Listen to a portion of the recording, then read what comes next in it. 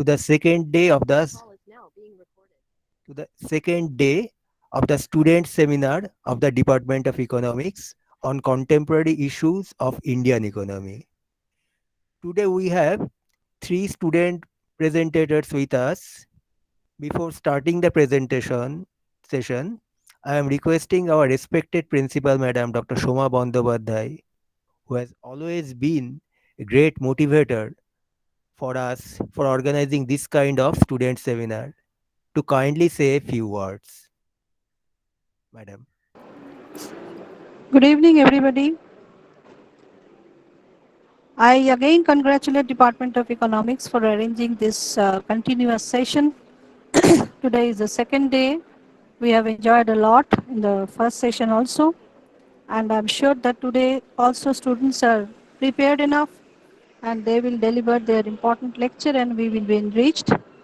But extremely sorry, my dear students, today I will not be with you all along, but my good wishes and my blessings will be with you. Thank you very much. Please carry on. Okay. Thank you, Madam, for your inspiring words.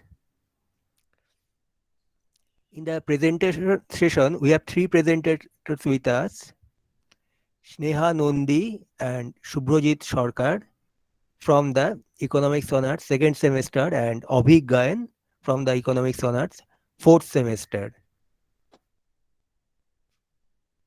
I am requesting now Sneha Nondi to make her presentation.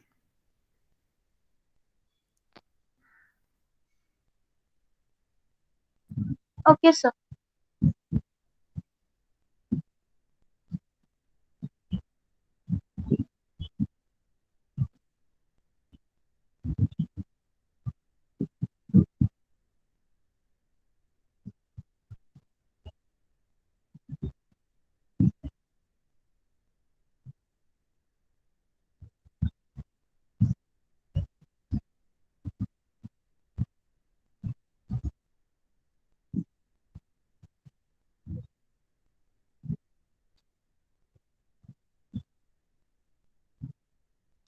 Greetings to the respected principal, the teachers, and spectators. I, Sneha Nandi of BSc Economics Honors, second semester, I'm here to present the topic Privatization of Banking Sector in India. Firstly, we need to know what a bank is. A bank is a financial institution that accepts deposits from the public and creates a demand deposit while simultaneously making loans. Banks act as a payment agent by conducting checking of current accounts for customers. Banks also have some economic functions. Issue of money in the form of banknotes and current accounts subject to the check or payment at the customer's order. Credit intermediation. Banks borrow and lend back to back on their own account as middlemen. Money creation or destruction. Whenever a bank gives out a loan in a fractional reserve banking system, a new sum of money is created, and conversely, when the principal on that loan is repaid, money is destroyed. Modern banking in India originated in the last decade of the 18th century. The largest and the oldest bank which is still in existence is the State Bank of India. These days, not only do the banks provide the basic banking facilities they provided years ago, but they have also evolved to perform functions like providing lockers, educating and assisting customers regarding various mutual fund policies, and providing a host of other benefits on the digital platform. Broadly speaking, there are two sectors of the bank, the public and the private sector banks. A public sector bank is one where a majority of its stakes are held by the government, like the State Bank of India, whereas a private sector bank is one where a majority of the shares of the bank are under the control of its shareholders. There is a significant change in operational methodology between a public sector bank and a private sector bank. The private sector banks undoubtedly function way more effectively compared to the public sector banks. But because of a longer duration of existence, public sector banks have gained the trust of common masses and are mostly preferred over private sector banks. However, with the changing trends, a lot of businesses also prefer private sector banks because of their efficiency. The question that comes to our mind is, what is privatization of banks? Privatization of banks simply means that the central government is less engaged and direct in the day to day operations of the bank. In effect, the federal government's majority interest in PSB will be offloaded in favor of private investors. For banks, this means increased market competition and reduced to minimal financial reliance on government assistance.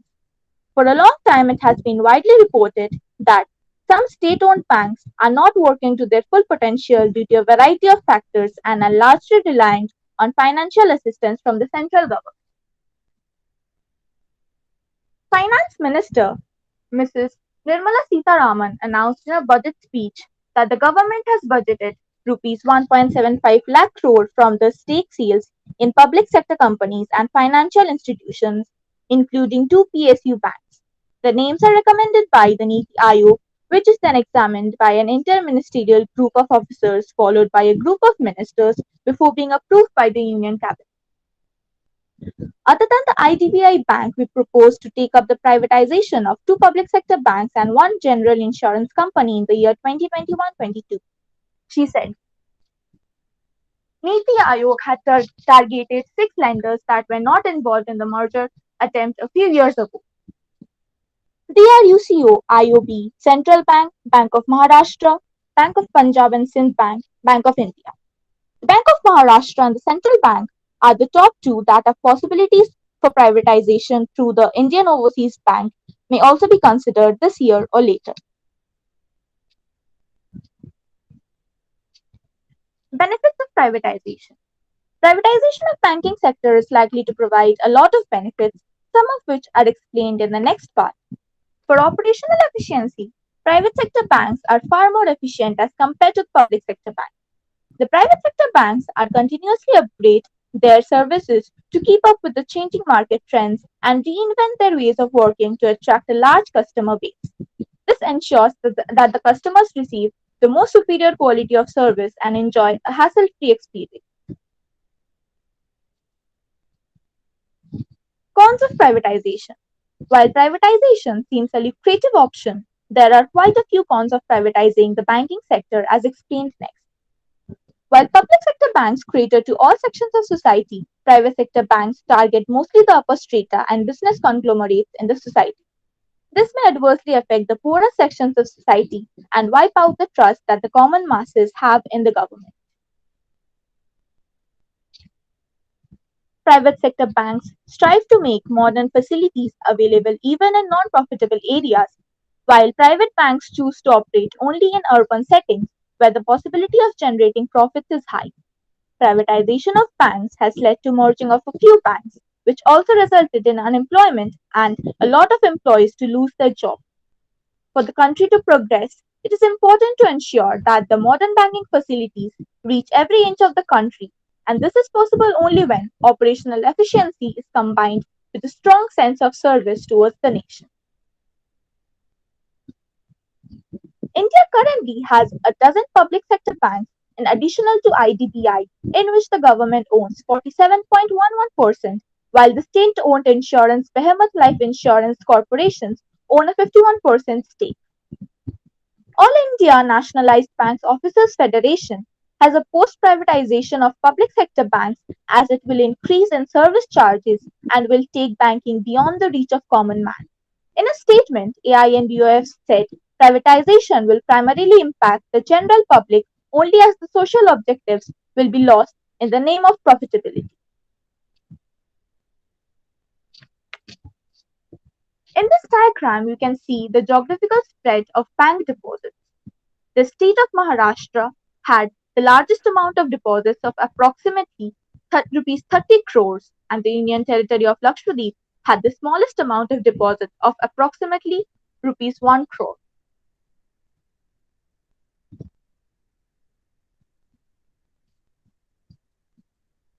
Of the many private sector banks that came into existence today, only a handful which were promoted by the financial houses like ICICI, UTI, IDBI, HDFC are surviving, and many of the private sector entities that commenced their banking operations after 1990 were either closed or merged, stated AINBOL. Former RBI Governor Mr. Raghuram Rajan also viewed that Privatization alone won't solve the problems of the banking sector. And even if private lenders are not immune to the problem of bad assets in a slowing economy, AI and DOF believes that creating public opinion and awareness among the public on the ill effects of privatization will persuade the government to rethink on its agenda. To achieve this, AINDOF is conducting various programs to reach out to the general public, like conducting street corner meeting, social media campaign, among others, etc. In a recent interview, he said, for banks, it would be a grave mistake to sell it to an industrialist. We need to improve the governance of public sector banks, bring in more professionals to run public sector banks, give the board of directors of the bank the authority to hire and fire the CEO, take away government control. Unfortunately, the history of our record of privatization is really dismal. The recapitalization of banks may prove to be a potent fix in the short run. However, it will not be long till these same banks find themselves in the middle of another crisis. Many critics have suggested that the privatization of banks is the only way that India's public sector banks can be transformed into entities which are commercially viable. The belief that public sector banks should be run by bankers and not bureaucrats taking root in the psyche of the average Indian. The disadvantages of privatization. At the current moment, it does seem like privatization is the only viable solution. However, that is not the case. There are several problems associated with privatization. Number one, no buyers. The Indian banking sector has received some very bad PR in the recent past. It is an open secret that had these banks not been backed by the government, most of them would have been bankrupt by now. The balance sheets of these banks show positive equity only because they are in possession of some of the priciest real estate that the government owns. Most analysts in the banking sector are of the opinion that the government would be lucky to find even a single buyer given the state of affairs at these banks. Point number two, workers' union. The government banks have a huge payroll. Their employees are considered government employees and cannot be easily sacked. The moment they hear about privatization, it is likely that they will panic. This is likely to start protests and political fights all over the nation. Managing the workforce will be one of the biggest challenges that the Indian government will face if they decide to privatize these ailing banks. Advantages of privatization. Just like there are disadvantages to privatization of the banking sector, it is likely to provide a lot of different benefits too. Some of the obvious ones are listed below. Number one, increased efficiency. The private sector banks in India are already much more advanced than the public sector banks. Even though the nationalized banks have a larger depositor base, they are always playing a game of catch up. This situation is likely to worsen over the years. This is because foreign investments are now being allowed in private sector banks as well. Hence, foreign banks are likely to acquire stakes in some of these banks. The fact of the matter is that these banks are simply not competitive.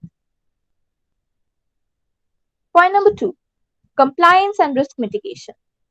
Experts in the banking sector are bewildered at the inefficiency displayed at Punjab National Bank. How is it that, with the convenience of a few junior level bank officials, a businessman was able to defraud the bank of $1.8 billion? This sort of incident is never reported at banks like Citibank and JP Morgan, even though they operate in several nations and have more complex operations. Privatization of banks will ensure that they benefit from companies' norms and risk mitigation process followed at these banks. I would like to show my gratitude to the respected principal, Dr. Shoma Bandyopadhyay, for giving me the opportunity to work on this project. I would also like to thank every teacher of my economics department for helping me and supporting me throughout. I would also like to thank every teacher present here and the other people. Thank you. Thank you, Shnoha, for the very interesting presentation about the pros and cons of privatization of Indian banks. I'm now requesting the audience to make questions about Shneha's project. If there is any question about Shneha's presentation.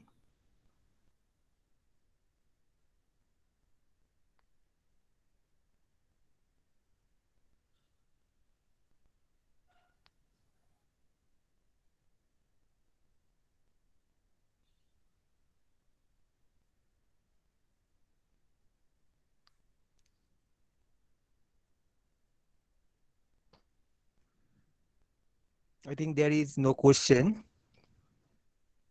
So I am inviting next presenter, Subhrojit Sarkar of Economics Honors Second Sem, to make his presentation. Yes, sir.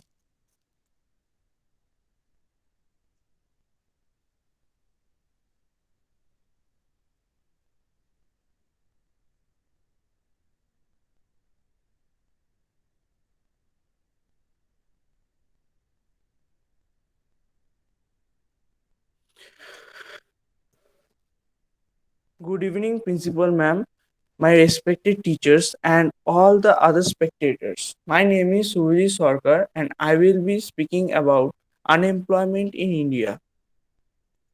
First, I would like to say what do we mean by unemployment in India? Unemployment refers to a situation in which skilled and unskilled people want to do job but couldn't find a proper job to do several reasons.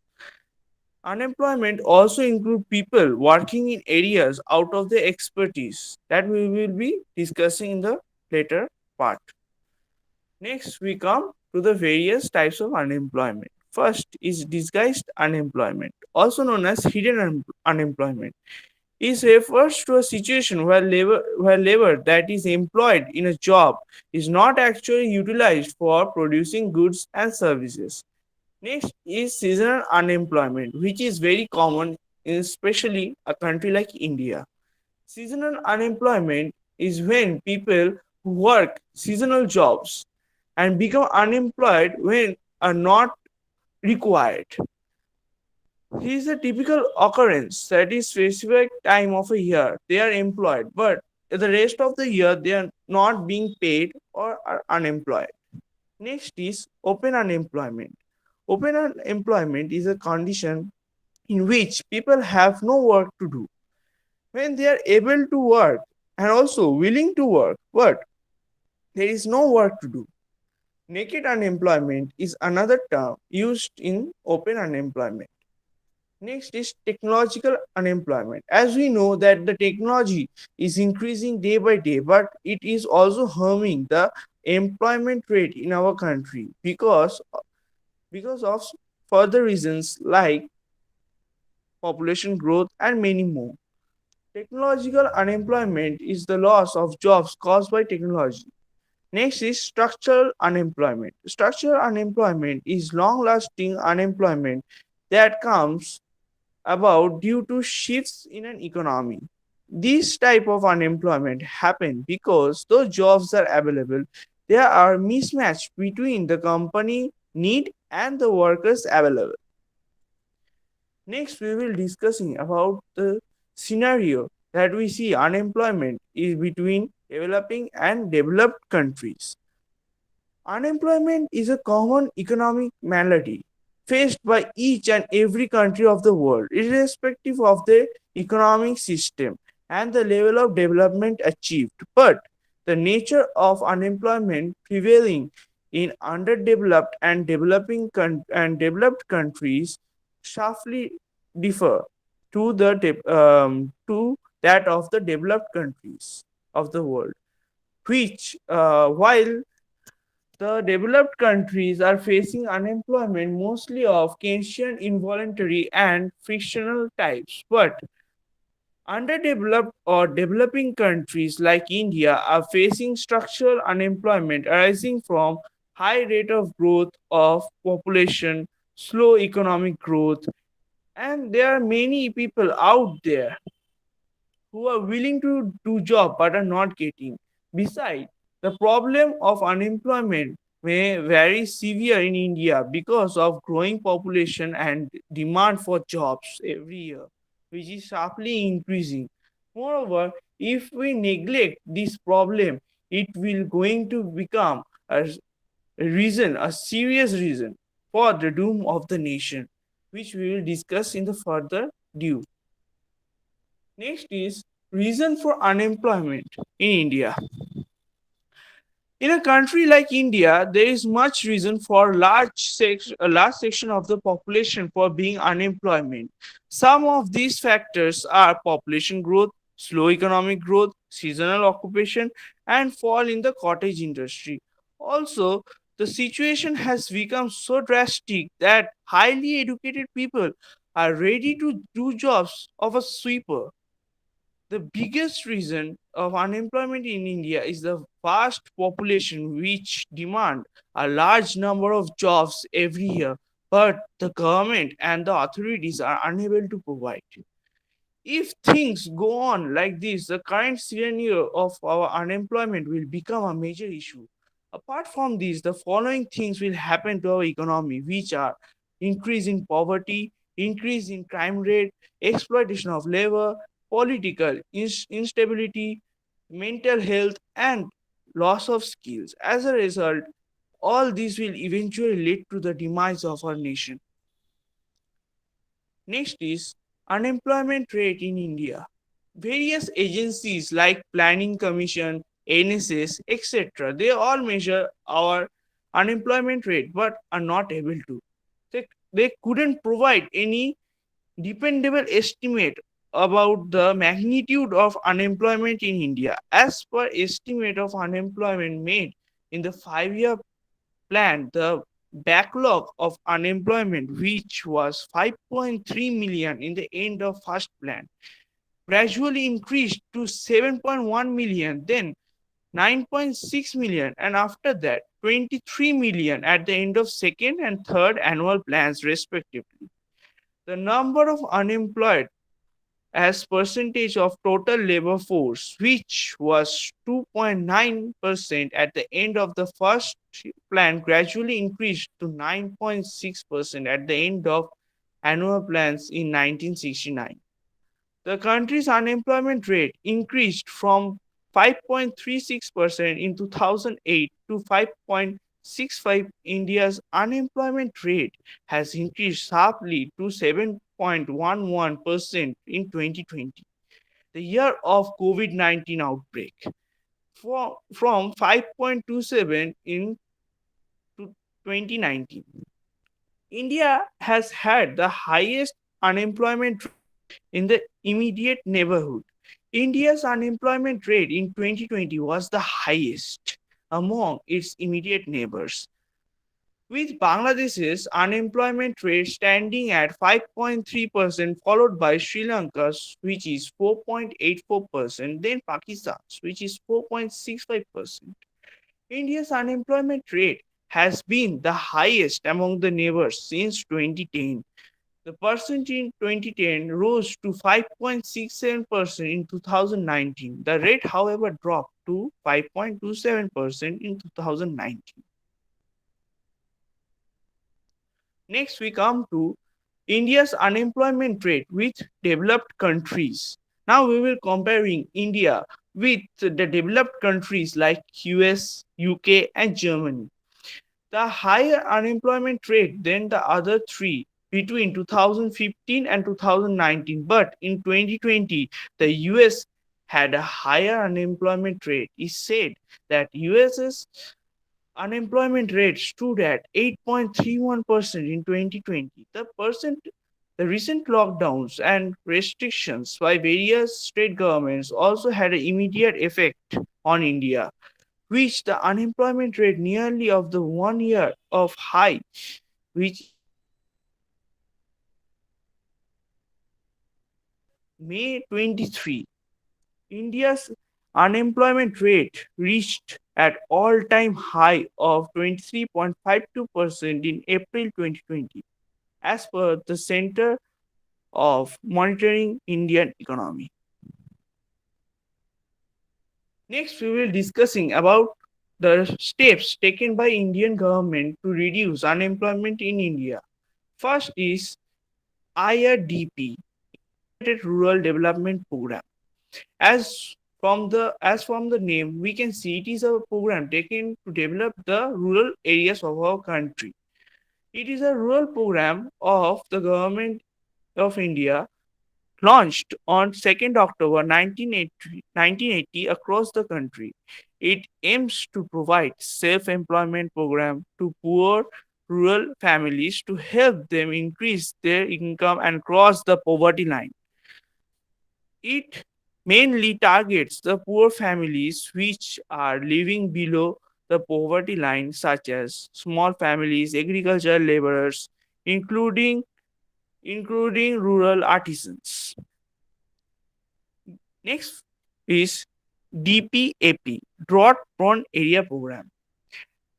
The earliest areas development program launched by the central government in 1973-74 to tackle the special problems faced by fragile areas which are constantly affected by severe drought conditions. Next is NRY, Nehru Rozgar Yojana. In order to alleviate the condition of urban poor, a centrally sponsored program, Nehru Rozgar Yojana, was launched the end of the seventh five-year plan, October 1989, with the objective providing of unemployment of the urban unemployed and underemployed people. Next is Jawahar Gram Samriddhi Yojana. Another form of NRY, but in a different way. It was launched in 1st April 1999. It was designed to provide quality life for rural poor by providing them additional gainful employment. As we can see, these are programs which are taken in 1990s. So now I will be discussing about a more recent program, which is the Mahatma Gandhi National Rural Employment Guarantee Act 2005. To ensure the security and livelihood of people in rural areas, the Act guarantees a minimum of 100 days of wage employment. These measures apply to households whose adult members volunteer to do unskilled and manual jobs. All districts in India have a coverage of this program. Under this scheme, every person has the right to do job in the states unable if the state unable to provide a job within 15 days of application, then the worker will provide entitlement of day entitlement of daily unemployed allowance. To ensure social illusion, women are prioritized, such as some of 33% of the beneficiaries are under this scheme are women. Now, as we end our presentation, I will be talking about the conclusion. As we know that the above steps which are taken by our government is unable to overcome the problem which is unemployment, a very big problem in India. So here are some of my thoughts that can decrease the problem to a degree. For example, that both the organized and unorganized sector must adopt labor intensive technology to sufficient the employment opportunities are to guaranteed to both rural and urban sectors of a country. The decline of the employment elasticity of our output growth is primarily due to the increase in tend to capital intensity. As we see in the start of my presentation, that one of the problem was technological improvement. So this from here we can clearly see that capital intensity is a more dangerous thing, but we have to control the technology too to increase our employment. Next, both the agriculture and industrial sector has to employ more labor than capital. The growth of service in India has a large employment potential. Software services, BPO, also known as business processing outsourcing, which have a lot of employment potential, especially for the educated youth of our country. The other services such as finance, insurance, trade, hotels, and restaurants have also a lot of employment potential. But an important thing to note in the growth of our service depends on the industrial and agricultural growth of our economy. The exception of education and health care not only promotes accumulated human capital and thereby contributes to growth of output, it will also generate a good deal of employment opportunity. More school, hospital, health clinics in the rural and urban areas will create employment not only create employment to construction, but also more important, then will start working provides both to educated and health services. It will provide employment to both educated and unskilled person. Therefore, a higher allocation of resource is required to meet for the government budget and in our future plans. Thank you.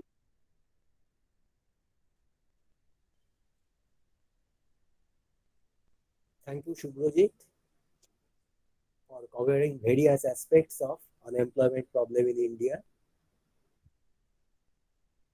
I'm now inviting questions from the audience about Shubhrojit's presentation.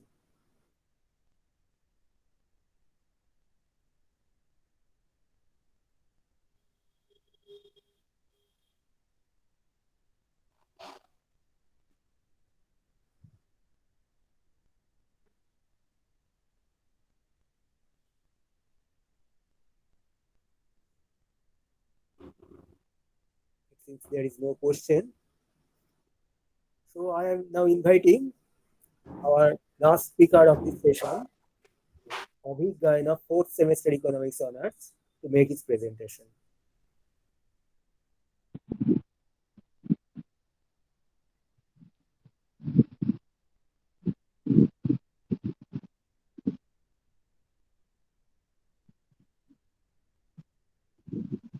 Sir, screenটা visible? Yes, you are visible and audible.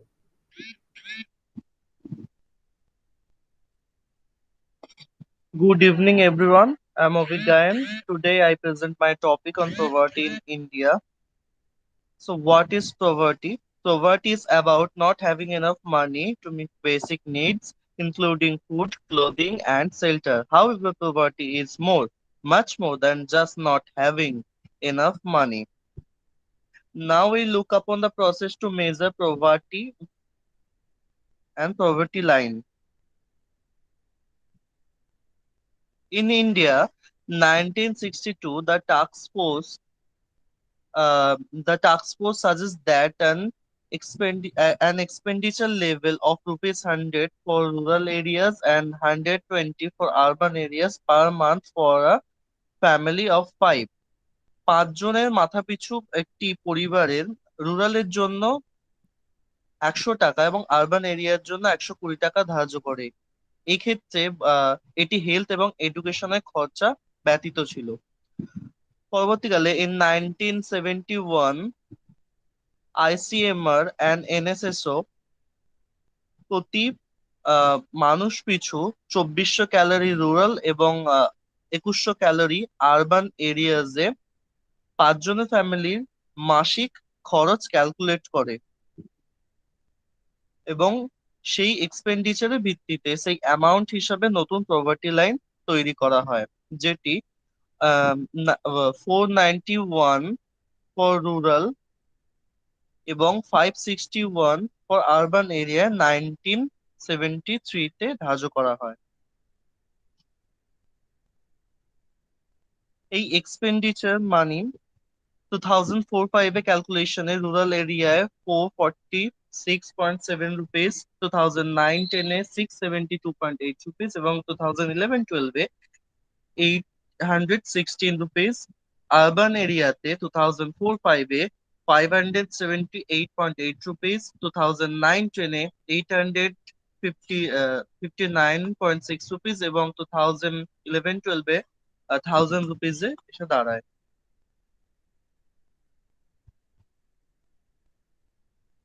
ইন্ডিয়াতে state ভিত্তিক NSSO ইন্ডিয়াতে state ভিত্তিক poverty estimate করা হয় 2004-05 এবং 2011-12-এ।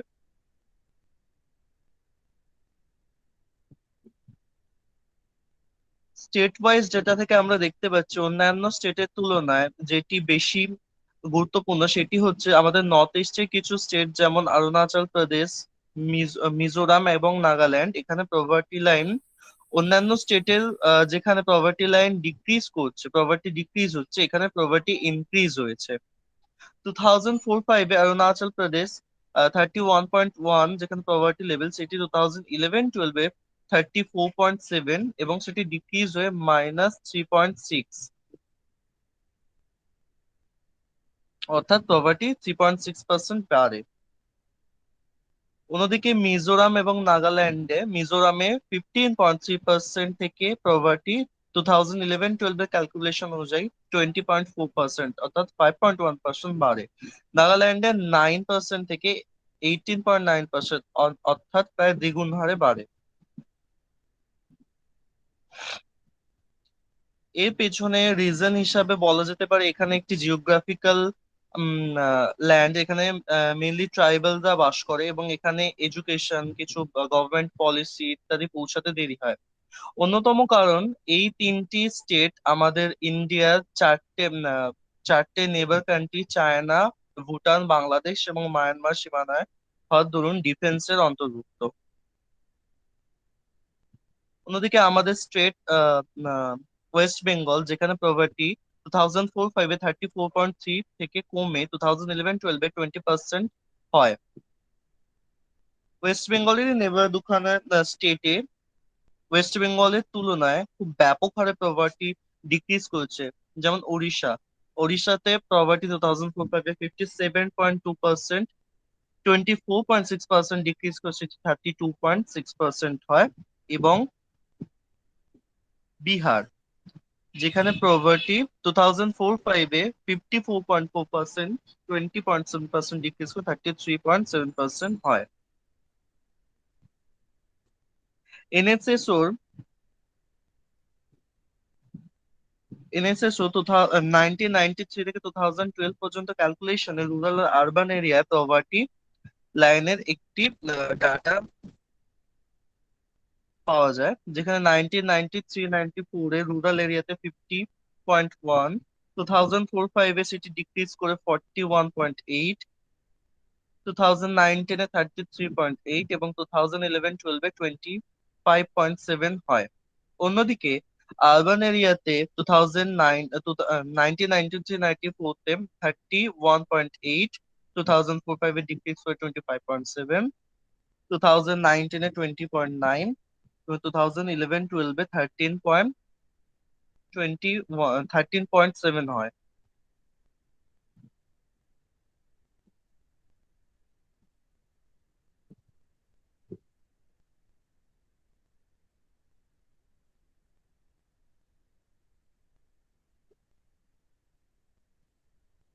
NSSO report বলছে 2011-12-এ গণনা করে দেখা যায় 2004-05-এ যেখানে প্রভার্টি টু অল ওভার ইন্ডিয়াতে 37% ছিল, সেখানে 2011-12-এ সেটি এসে 22%-এ দাঁড়ায়।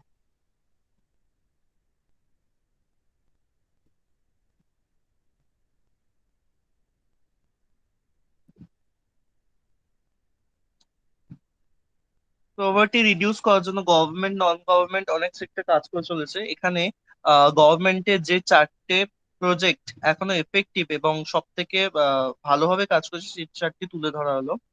National rural livelihood mission, NRLM, 2011 থেকে ব্যাপক হারে স্টার্ট হয়। The Mahatma Gandhi national rural employment guarantee, MNREGA, 2005 থেকে স্টার্ট হয় এবং এখন এফেক্টিভ। প্রধানমন্ত্রী আবাস যোজনা 2016, এর পূর্বে এটি ইন্দিরা আবাস যোজনা বা রাজীব গান্ধী আবাস যোজনা নামে আহ প্রভার্টি লাইনের নিচে থাকা মানুষদেরকে শেল্টার দেওয়ার জন্য গভর্নমেন্ট একটি স্কিম ছিল। পাবলিক ডিস্ট্রিবিউশন সিস্টেম, এর আওতায় রেশন, হেলথ ইত্যাদি বিভিন্ন পলিসিকে নিয়ে আসা হয়।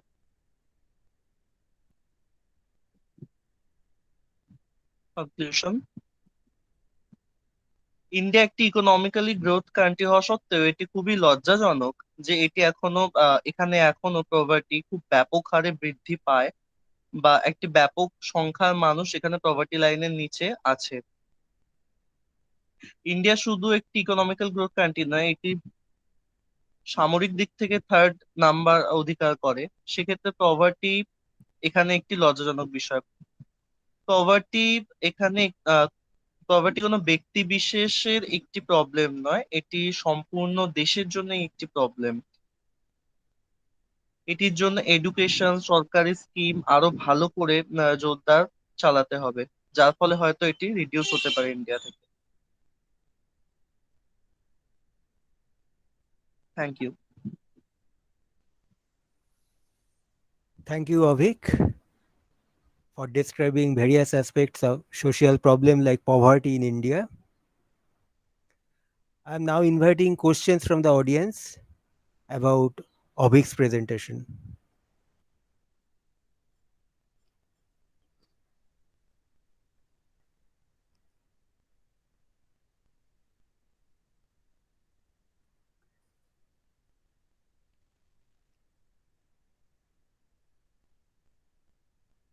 I think there is no question. Shubhrojit and Avik covered topics like unemployment and poverty in India, while Sneha covered aspects of privatization of banks. All these are very important issues in the contemporary development of the Indian economy.